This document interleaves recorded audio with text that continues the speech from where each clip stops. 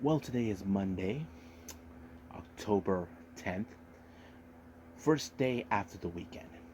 People normally say the Mondays are boring, but here in DWZ, we try not to make it boring for all of you because we're here to give you some awesome reviews what's taking place in the world of pro wrestling. First one we're going to be talking about is the latest Tokyo Pro Wrestling pay-per-view, Wrestle Princess 3, where we have all three titles on the line and very interesting matches that took place I feel we definitely would enjoy. But also we got ChocoPro's latest event 260, which had some interesting things that took place. One of them is this really interesting wrestler I never heard of, but we definitely going to talk about that. And of course, we got New Japan Pro Wrestling Declaration of Power, where we have, of course, Jay White versus Tonga for the title. But however, certain things took place. Something that relates to the LIJ, and I think most of that will be talked about. And of course, finally, AEW Dark Elevation with only 7 matches. We'll see what matches are, but we'll figure it out. But also, we have some very interesting news updates. What's been going on in the world of pro wrestling? So, let's get ready for another episode of the Deleted Wrestle Zone.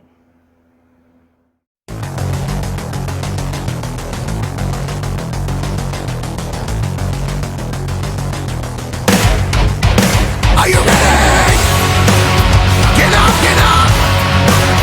Get up, get up! Get up, get up! Get up, get up! Get up, get up! Get up, get up!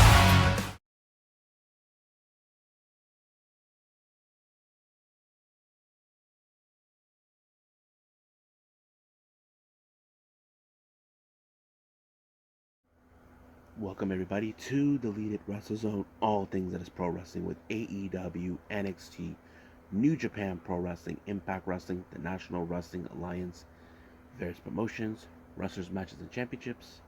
I am your host, J-Rod here. So, let's begin with the latest Tokyo Joshi Pro Wrestling Wrestle Princess 3. Now, this is the latest big event for this year for Tokyo Joshi Pro. It opened up as usual with the Up girls, but however, there was one key information. If you guys have been following Tokyo Joshi Pro much as I have, as you know, the Up girls, well, not the actual idol group, but the pro wrestling idol group within Tokyo Joshi Pro, have found a new member, a fourth one, named Shino. Now, we don't know for sure if she was going to make her appearance sooner. However, Up girls did their thing, just the three of them with Raku, Miyu Watanabe, and Hikari Noah. Looks like Shino just made her stage present debut with the Up girls. Now, she's yet to debut as a wrestler. I'm going to presume that she is still practicing and all that, but it's okay. At least we get to see her. Hopefully, from this moment forward, she continues on just performing until she's ready to, how do I say this, go on the ring and make her first match.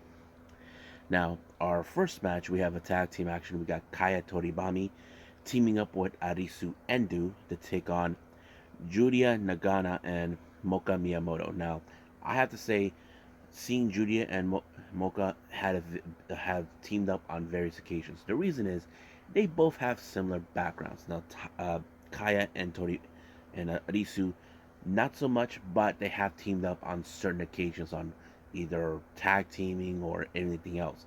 But I think what I did like is how Julia was able to make a good impression in this match when she applied a spinning roundhouse kick onto Toribami to pick up the win. I thought that was a really good. I'm a fan how people can use a spinning roundhouse kick in order to knock out their opponents and win the match, and that's exactly what Julia Nagano did.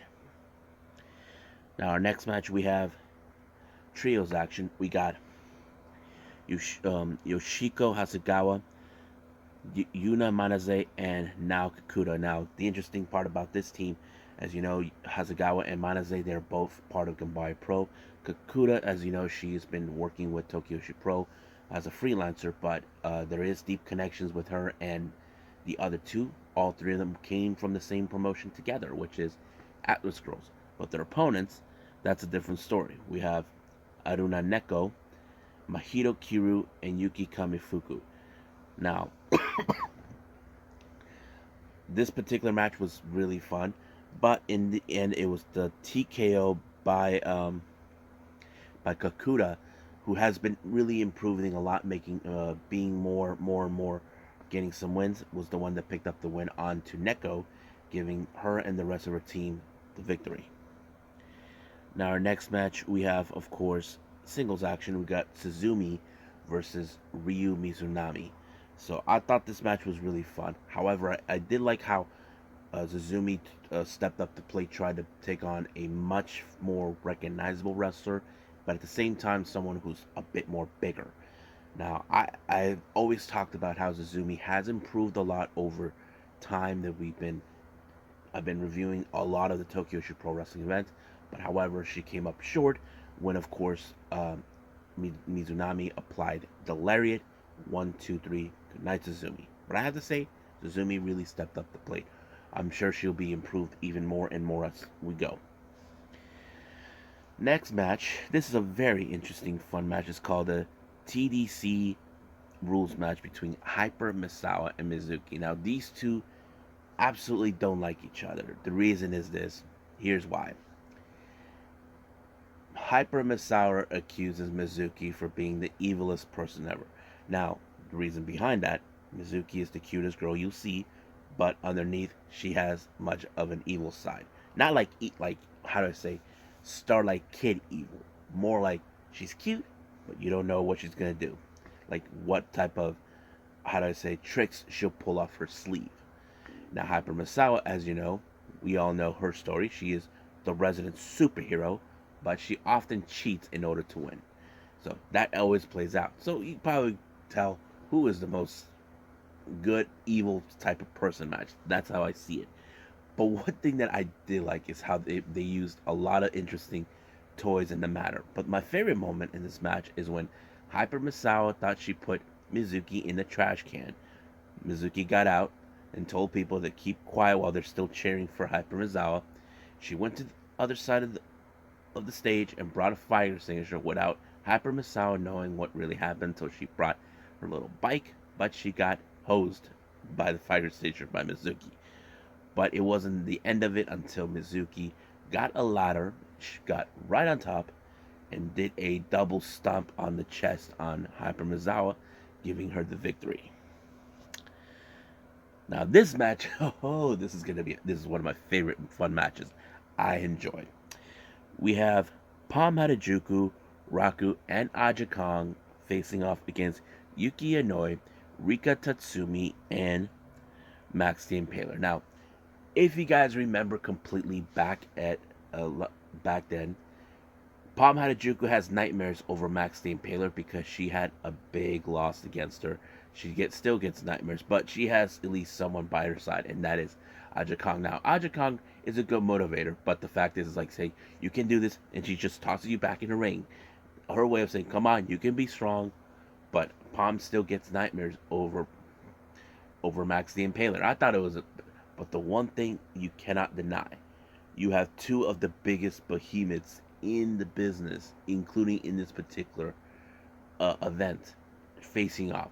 Now you know they want to break each other apart. That is one of the reasons this match was fun.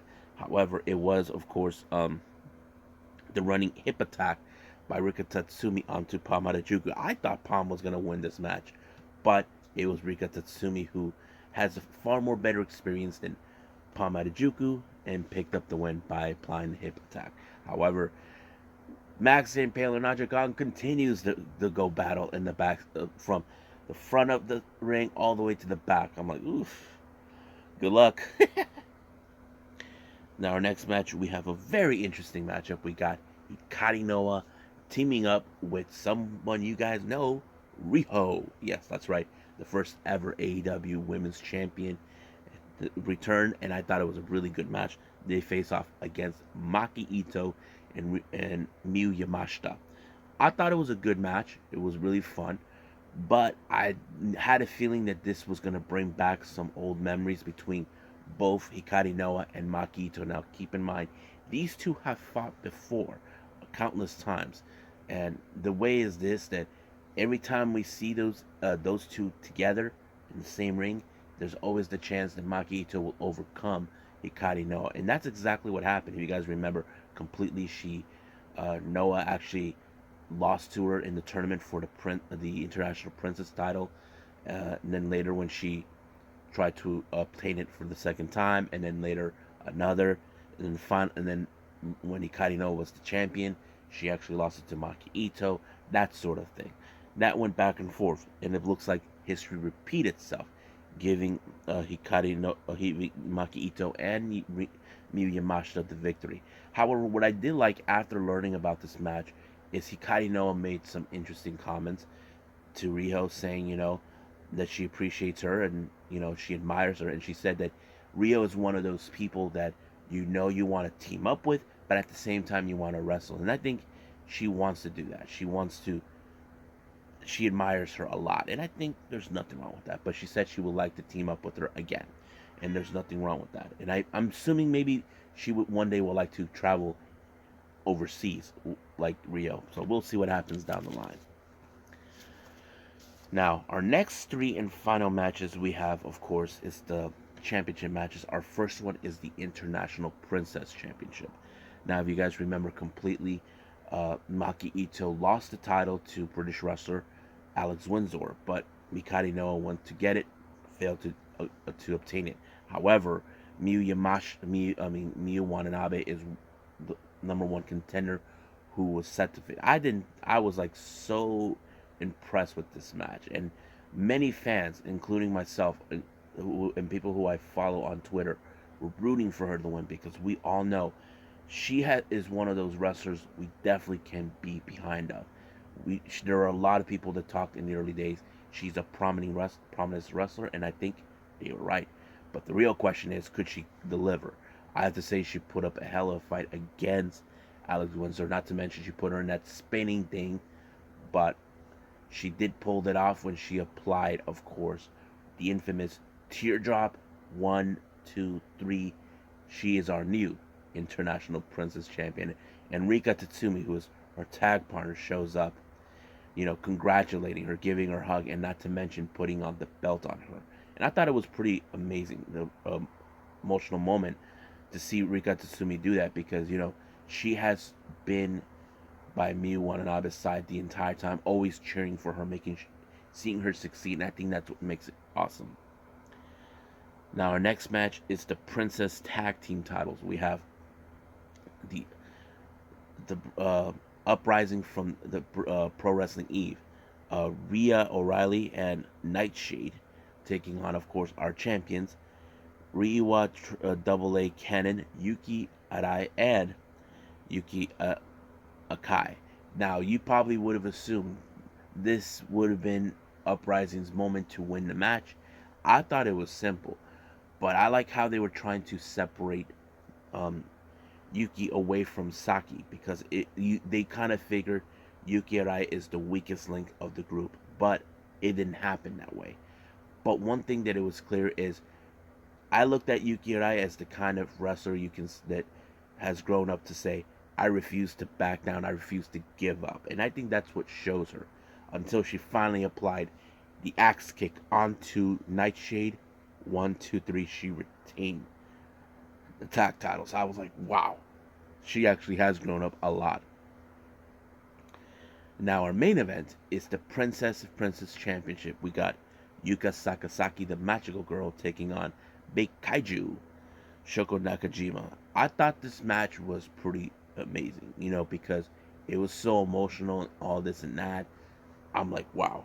But obvious question does remain: will Yuka Sakazaki become once again champion, or will Shoko Nakajima reign supreme once more? Well, obviously that it ended up with Yuka Sakazaki to pick up the victory with the springboard 450 splash.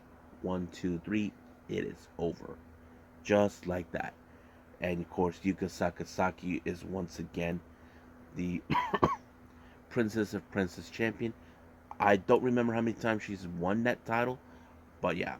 And of course, there was a little promo in the end. But good news for everybody, for all the Tokyo Joshi Pro fans out there.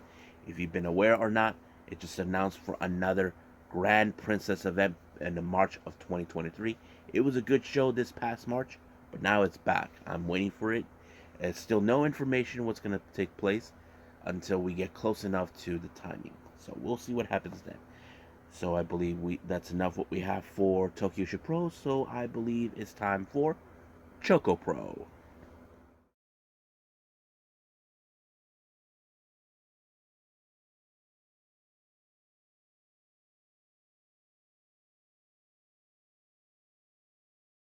Okay, ChocoPro number 260. How many matches? 3. It opened up with Hagen Shino teaming up with the guy I never heard of. This guy was like the one person the entire show was talking about. London Machine. Don't know who this guy is, but he had this look like he's a muscle guy, like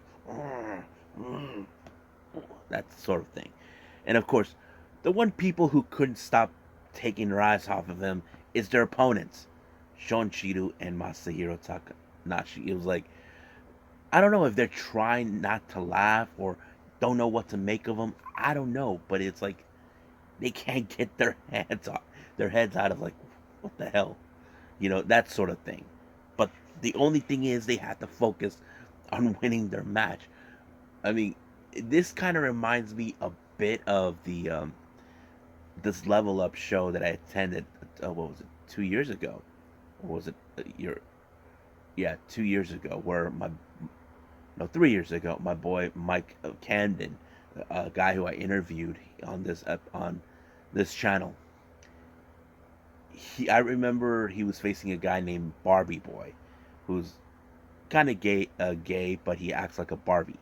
And I did saw that he was about to say something, but he said no, and I can tell by the look of his face, like he was trying not to laugh because he was trying. And I feel that's what Chonchiru and Masahiro Takanashi were trying to do, like not to break kayfabe, but they just couldn't resist. But the match itself was pretty good. But the obvious is, could this play an advantage on Chidu and Masahiro Takanashi as to lose the match? However, it did not.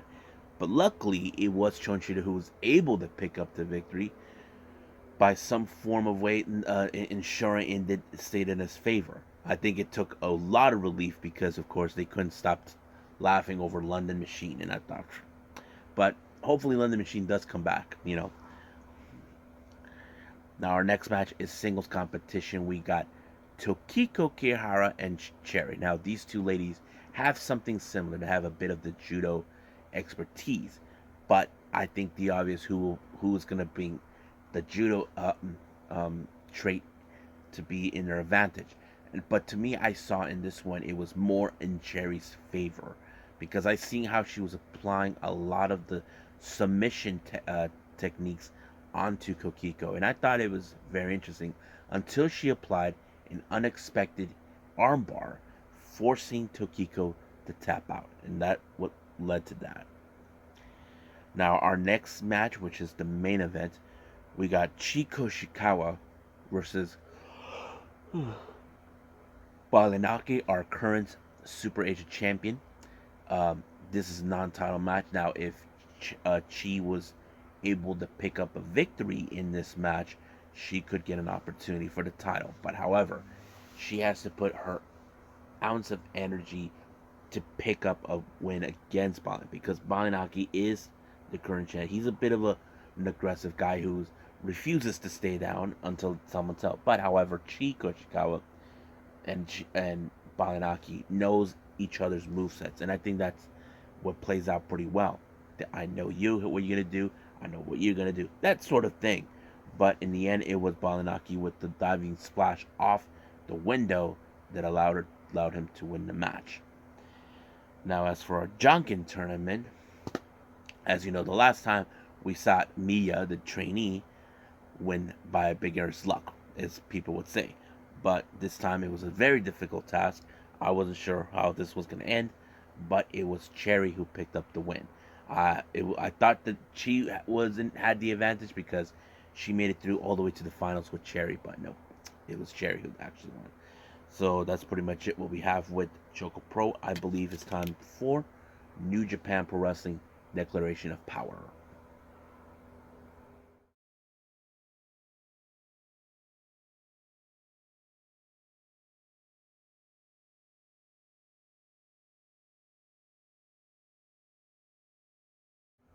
All right, New Japan Pro Wrestling Declaration of Power.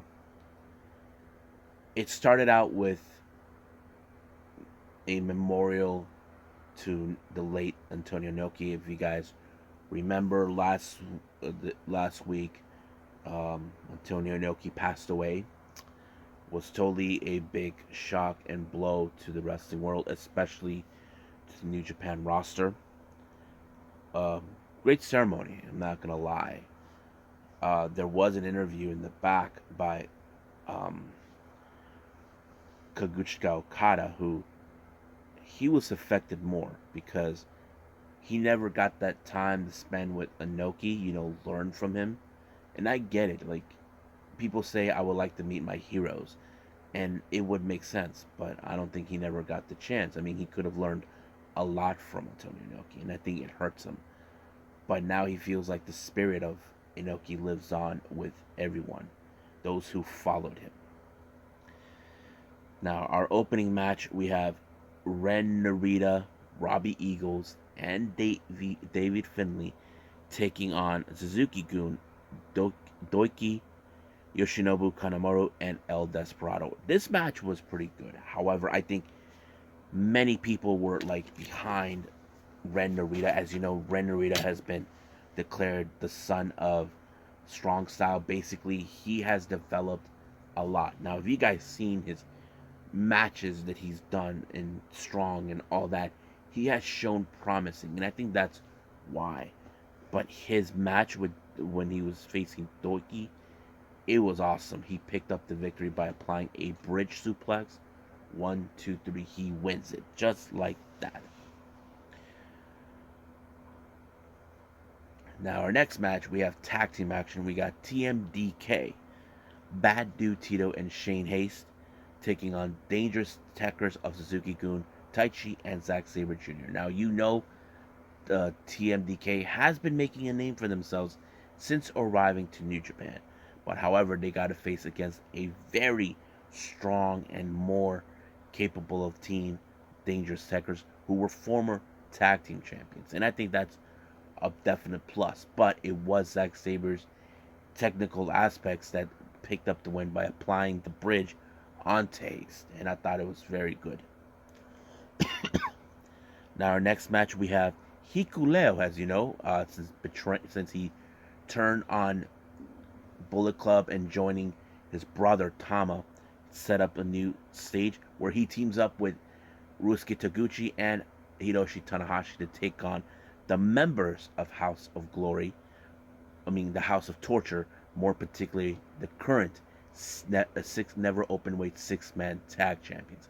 And I think this is a good opportunity to try to pick up a win for Hikuleo to make a name for himself if he's intending to now prove himself. I can do things without Bullet Club, and I think that says it all. But however, the X factor in this match is that lousy weasel Dick Togo. Yes, folks, you know Dick Togo. He gets involved by using the garage. Now, when he thought the plan worked, it did not. They took out Taguchi with the wrench. However, Hikuleo, who's the biggest individual in the group, chokeslammed him and put Taguchi right on top. Uno, dos, tres. It's over. House of Torture lost. So this means they will probably make a play for the never openweight 6-man tag team titles. So right now, House of Torture are in deep shock. They can't believe that happened. They did everything in their power to ensure they cannot win in order to get a shot. Well, you got a big individual who's on the loose. So that's how it works. Now, our next match, we have United Empire, Great Khan and Jeff Cobb, along with another weasel, Gideon Gray, taking on Bushiman of Chaos, Hiroki Goto, and Yoshihashi. Now, keep in mind, Khan and Cobb do have an opportunity to challenge for the IWGP Heavyweight Tag Team titles that are currently being held by FTR. So basically, they're on a mission. As you know, Bushimon would have wanted an opportunity of that, but not in this case. But as you know, they decide to mess around with Bushimon by using their sticks on them, trying to claim it's their own. But it was Jeff Cobb who picked up the win by applying the Tour of the Islands, and it was over right from there. So Khan and Cobb won the match. Now our next match, this one I have to say this is where I'm going to take much of my time on this one. We have LIJ, Bushi, Hiromu Takahashi, Sonata, and Tetsuya Naito, Los Ingorbenables de Japón, also known as LIJ, taking on the other members of the United Empire, consisting of Aaron Hinare, Francisco Akira, and TJP, and Will Ospreay, along with that weasel once more, Gideon Gray. Now this match was pretty fun, and as you know, Naito is challenging for the IWGP United States title, and I think that kind of sets in everything. But however, when the match seems like it could have won in the favor of LIJ, United Empire were able to overturn it, when of course Bushi and Akira were intending to face off one another. However, Akira decided to toss Bushi right on top of the ref, and then he was despicable by trying to remove his mask. But out of the blue, a mask assailant shows up. We don't know what was the purpose, but he took out the United Empire like if they were nothing. Took out Akira, then Will Ospreay, then Hinare, then TJP. The obvious question didn't remain. Is he siding with LIJ or is he doing something else? We don't know. However, it did allow for Bushi to apply the MX onto Akira, picking up the win on United Empire. But the biggest moment is if this Bushi pin Akira. That means he has an opportunity to challenge for the IWGP Junior Heavyweight Tag Titles. However, of course, the bickering with Will Ospreay, knowing that he doesn't believe that Naito earns an opportunity, but he has to, all this stuff. As you know, they've been going back and forth. But that's not the bigger case. The bigger case is, who is the mysterious guy? We didn't know who it was. We didn't know if he speaks English. We didn't know if he speaks Japanese. We didn't know what language he speaks until he took off his mask and it revealed it was none other than Titan from CMO. We didn't know what he was doing, but of course, me being a Hispanic, I saw the whole thing. Turns out that he showed up because he wanted to build new opportunities and new challenges, but the only way he was going to do that was joining LIJ. Now, LIJ had no idea this was going to happen, but here's the very interesting thing about this. The venue they were in, this is the same venue where many of the LIJ members have appeared. As you know, 4 years ago, Shingo Takagi made his debut in New Japan when, as you guys remember, 2018, Hiromu Takahashi got injured during that match at the Cow Palace against Dragon Lee. He was out. Naito made a decision where, okay, let's move forward, but we know Hiromu will come back. So that's when they had like 6 members. That was the last time we ever had that. Now, since Evil left, many fans speculated, will LIJ get new members? But Naito felt, I think we've always been stronger as a 5-member unit. And I think that sets it. But Titan put them on the spot. LIJ had no clue what to make of it. But they understand what he was asking. He wants to join. Now, this is something that's unprecedented. If they were planning to bring new members, they discussed this behind closed doors. And I think that kind of tells it all, that they had to make a decision at the spot. And of course, they did the little fist bump right on top in the air, the unity. But the obvious question is, will Titan accept it? And there he goes. But what I did like is after the post-match comments that was made, Hiromu said that he can't believe he took such initiative in that. And he was impressed. Basically, how can you say no to someone like that? Because the truth is, Titan is the first ever non-Japanese wrestler to join LIJ. It's very unprecedented, but yes. As for Bushi, on the other hand, he said he's willing to admit, I did not see this one coming. He wished he could have, but he can't. And I think that's a good thing, because right now with Bushi, he was the one who picked up the win. But he said he owes it to Titan. So he's saying, I want to tag with him. And you know what? Let's challenge for the IWGP Junior Heavyweight Tag Team titles. And I think that says it also. He's like saying, okay, you did me, I owe you one. So I think, why not? And as for Naito, he never realized how wild Titan can be. And I can see that, because in a way, no one expected it. But of course, what does United Empire think? Well, conspiracy. That's what they think. So we'll see about that. Now, during the break, this is a very interesting news. I don't know how you people would think about this. As you know, they started a brand new title, and they're calling this the IWGP Television World Television title. Now, what was the purpose? Now, they are going to set up a tournament. I will do that at the next episode on the news updates, or just do that as a separate thing. I'm not sure. But anyway, so basically they want to focus to develop talent, and also the younger talent. This match, this title will be defended for 15 minutes, bringing a pressure on whoever holds the title, but also could help basically put on a free show on New Japan, on NJPW on demand. And I think that is a good thing. But at the same time, also represent, like, for areas in Japan that fans don't know of, or who don't know a lot about New Japan. And I think there's a lot of things, and I'm going to be doing a lot of research on this one so I can understand it completely, because having a new title, there's always a significance to it. That's the reason. Now, our next match, we have Master Wato versus Taiji Shimori. Now, originally we were supposed to have, of course, Kushida, but Kushida, he's out of action due to some illness, and I think that's the one thing we cannot have. But I have to say, Master Wato, as you know, he is one of those wrestlers that should be right now having an opportunity for the IWGP Junior Heavyweight title. I have to say, this is one of the biggest moments of Wato's life. Basically, he has to assess himself. He knows that he's talented, but he's facing a guy who has a much stronger caliber than he is. And I was surprised that Wato pulled it off by applying a crucifix on Ishimori, giving him the opportunity now to challenge for the title. But however, it appears he's not the only one. You got Hiromu Takahashi comes out, and then Despi.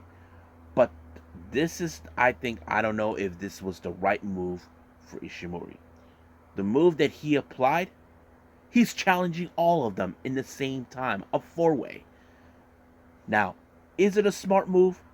No. But does Taishi feel he's overconfident? Yes. But this is where, of course, he doesn't need to be pinned. So the obvious question does remain, is this a big mistake for Ishimori?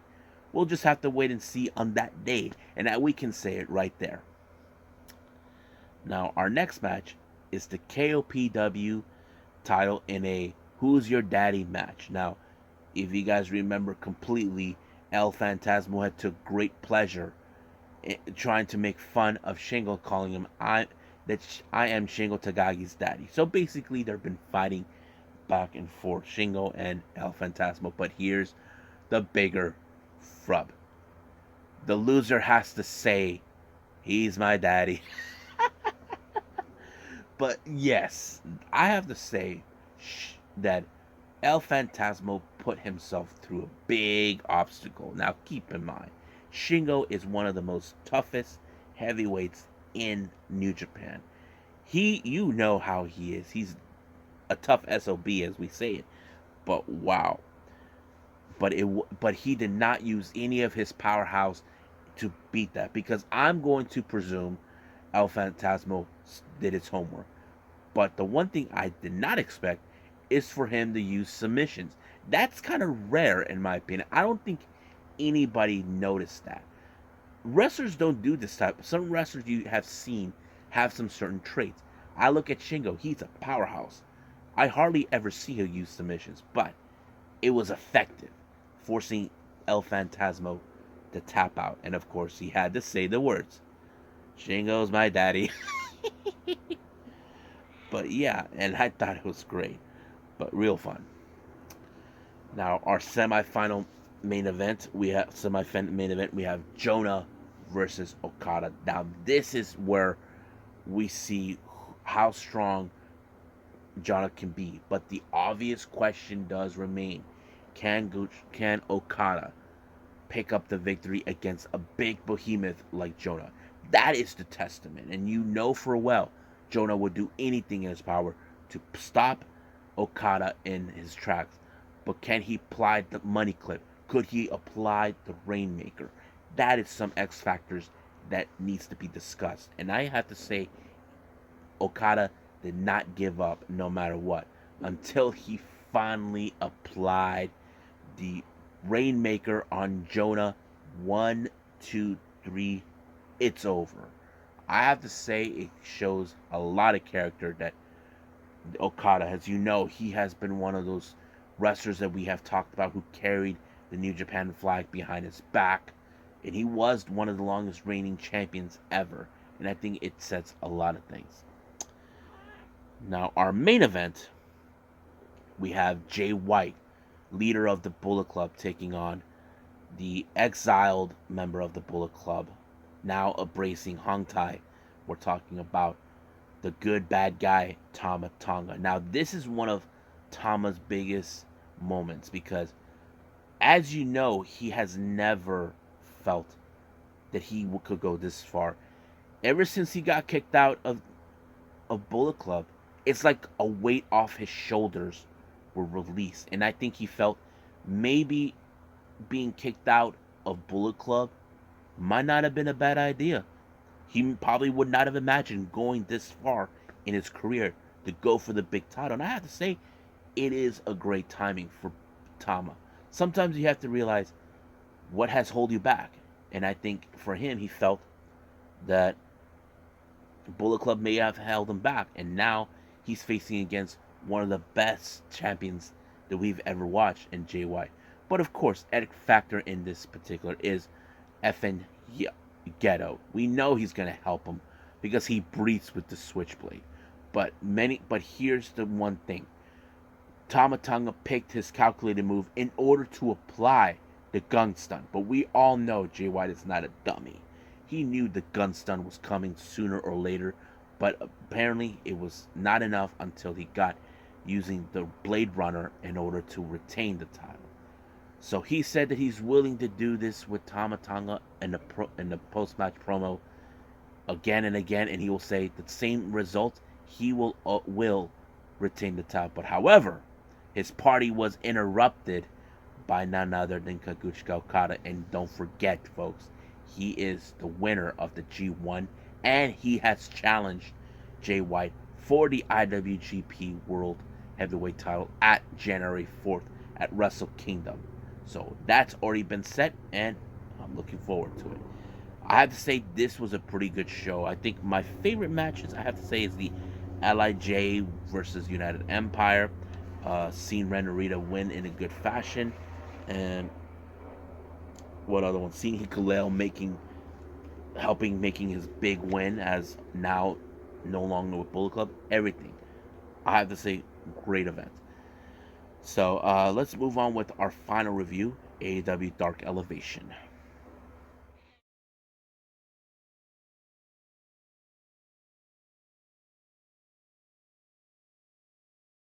Okay, our final review. We have AEW Dark Elevation opened up with Hikaru Shida with facing off Erica Lee. Now, if you guys notice, she has 2 titles with her. I mentioned the first one, which is like a blackish one. If you look closely, looks kind of navy bluish. I'm not sure. That one is the Regina, the D-Wave title from Pro Wrestling Wave. And the red one you saw, that is the International Ribbon Tag Team title.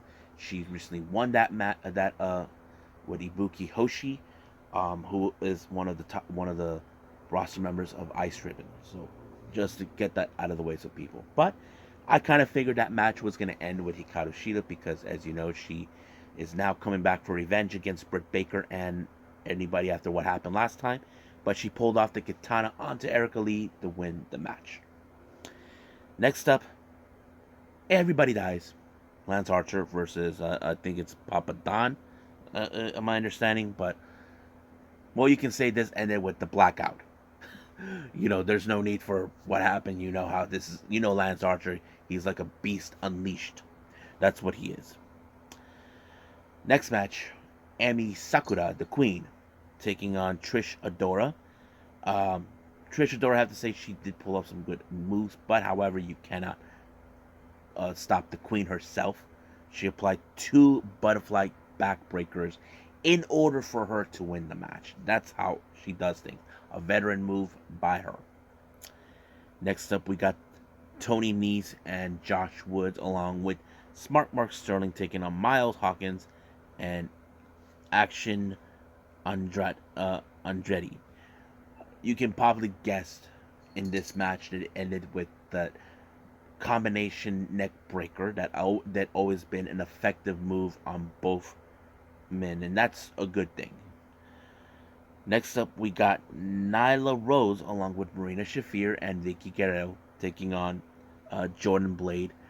But I would have assumed this match would have ended as always that we've seen with Nyla Rose with the Beast Bomb. But no, she does that other move where she has the opponent on the top of the ring ropes.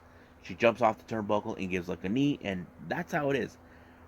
We never seen that with Nyla Rose to win that match. I'm just putting it out there because it was rare for that.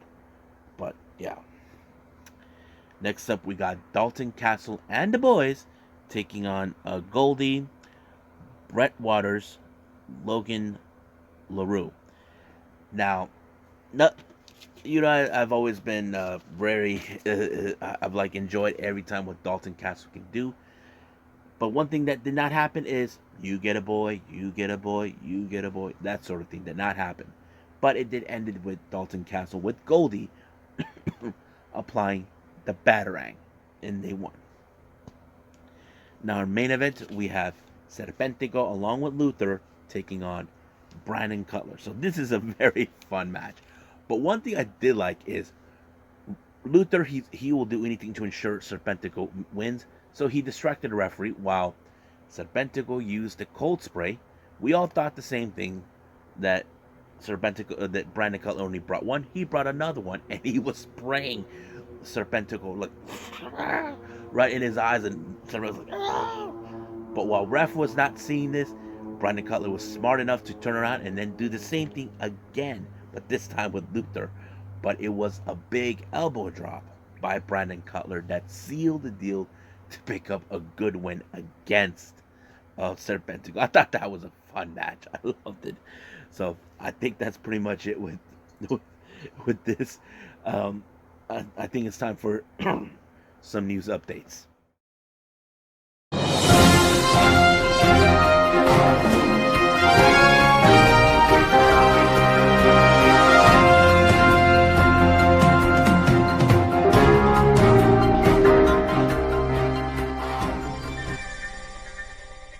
Okay, here are some news updates for everybody. As you know, I mentioned this before. RevPro is having their annual British J Cup. Now, those who are not familiarized with the British J Cup, I'll explain it. This is their version of the best of the Super Juniors in a way, or the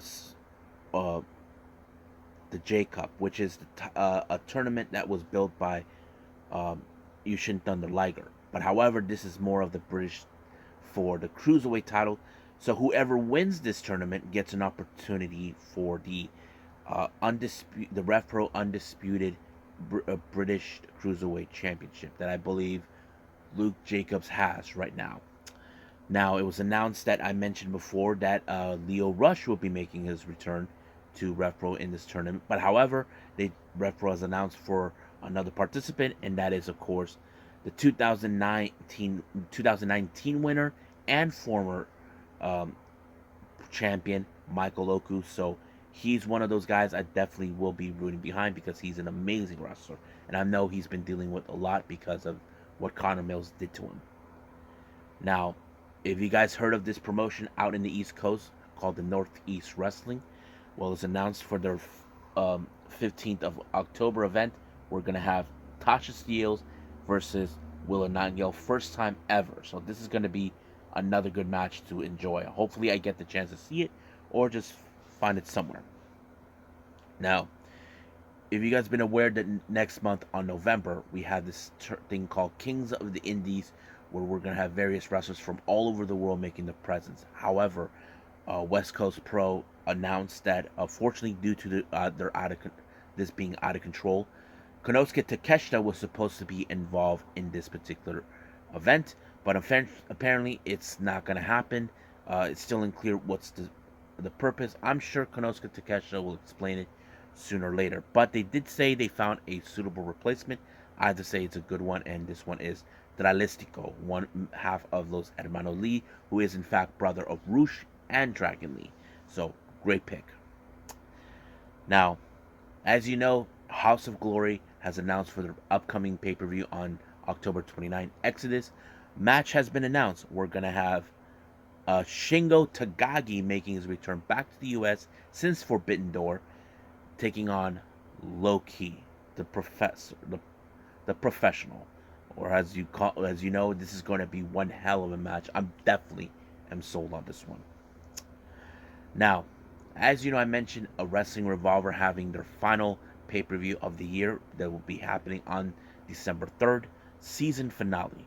Now, they have announced for some matches taking place on that day. 2 more matches have been added. The first one is Swerve Strickland versus Rich Swann. This is a revenge match from Rich Swann to get his hands on Strickland for what he did to him the last time.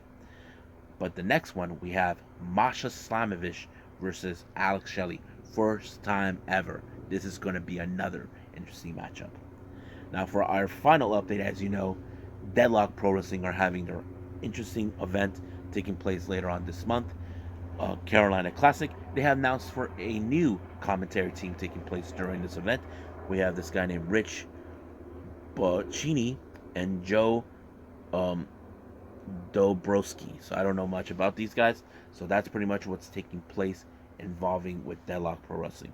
And I think that's pretty much it what we have. So it's time to call it a day. Well, I hope everybody enjoys this episode. As you know, the next episode is going to be Tuesday. So it's Tuesday Wrestling. We got NW Power, AEW Dark, and NXT. However, I haven't decided yet what I'm going to put before that. I'm considering to review GCW, but hearing there's other events that will be coming out soon. I'm still waiting for the Stardom events that took place this past weekend, starting from Friday all the way to Saturday all the way to Monday. I'm waiting for that. Once I get an opportunity of that, I will review those. If they do come up on the watchprowrestling.org, I'll review all of them.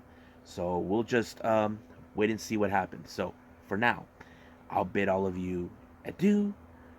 Well, scratch that. Let me say this. I'll see you guys in the next DWZ time. Same DWZ channel. I must bid all of you adieu. So, goodbye. Mwah. And have a nice day. Bang.